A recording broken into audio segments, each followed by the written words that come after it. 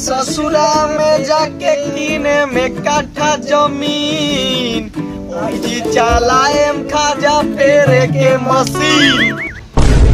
लो आतना माल सरवा निकलल कि हमर डंटा टूट गई। होय देख पसेरी की पर ये इतना माल निकले भाई कि तोर पूरा खानदान मिल के ना निकालिए इतना।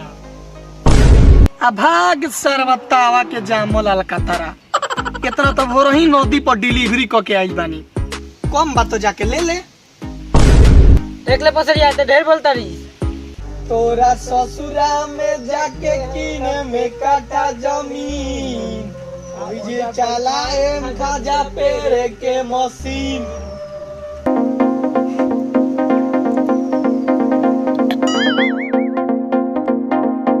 खाए पसेरी भैया। अरे बैठो बे। कारे प्लास्टिक का ले हलो हटी ना।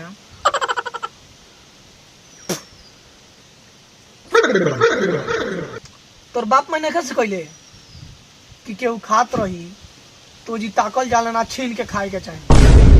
ताकत का बड़ी छीन सरवा यल कतरवा के खा जा। नाल का तरवा मादर चोद है, नाल का तरवा मादर चोद है। देख ले पसरिया मना कर देना तो मारे डांग को तो चोट लगी अभी गार पर। होय धर लो हटी ना। होय धर खा जा। अमार पूरा माजा आ निकाल दे अलकतरवा के लाजा।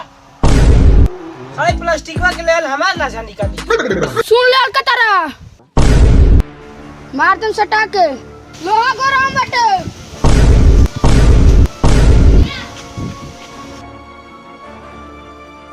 साले ढेर लोहा गरम होता। तवे के फिर ले मार दे। तवे के नेल मार दे अलकतरा। तवे के ले अलकतरा मार दे के नानी के भी तो तवे के ले अलकतरा मार दे के नानी के पाउडर लगाओ। पाउडर लगे बे। होय ले पाउडर, होय ले पाउडर, होय ले पाउडर, होय ले पाउडर, होय ले पाउडर लगाओ। कौन तो लाटा ना बोल। कौन तो लाटा ना बोल ना। तवे के ले लग माई छोड़ दे पसेरी छोड़ दे। हट दे।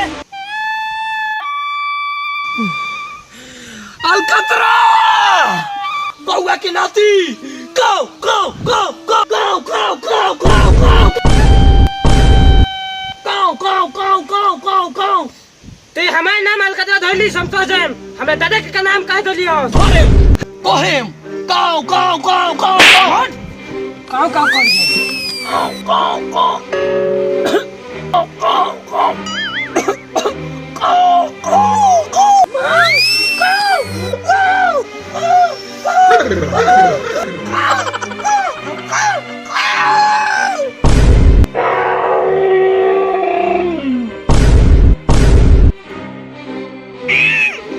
अब बोल अब कर का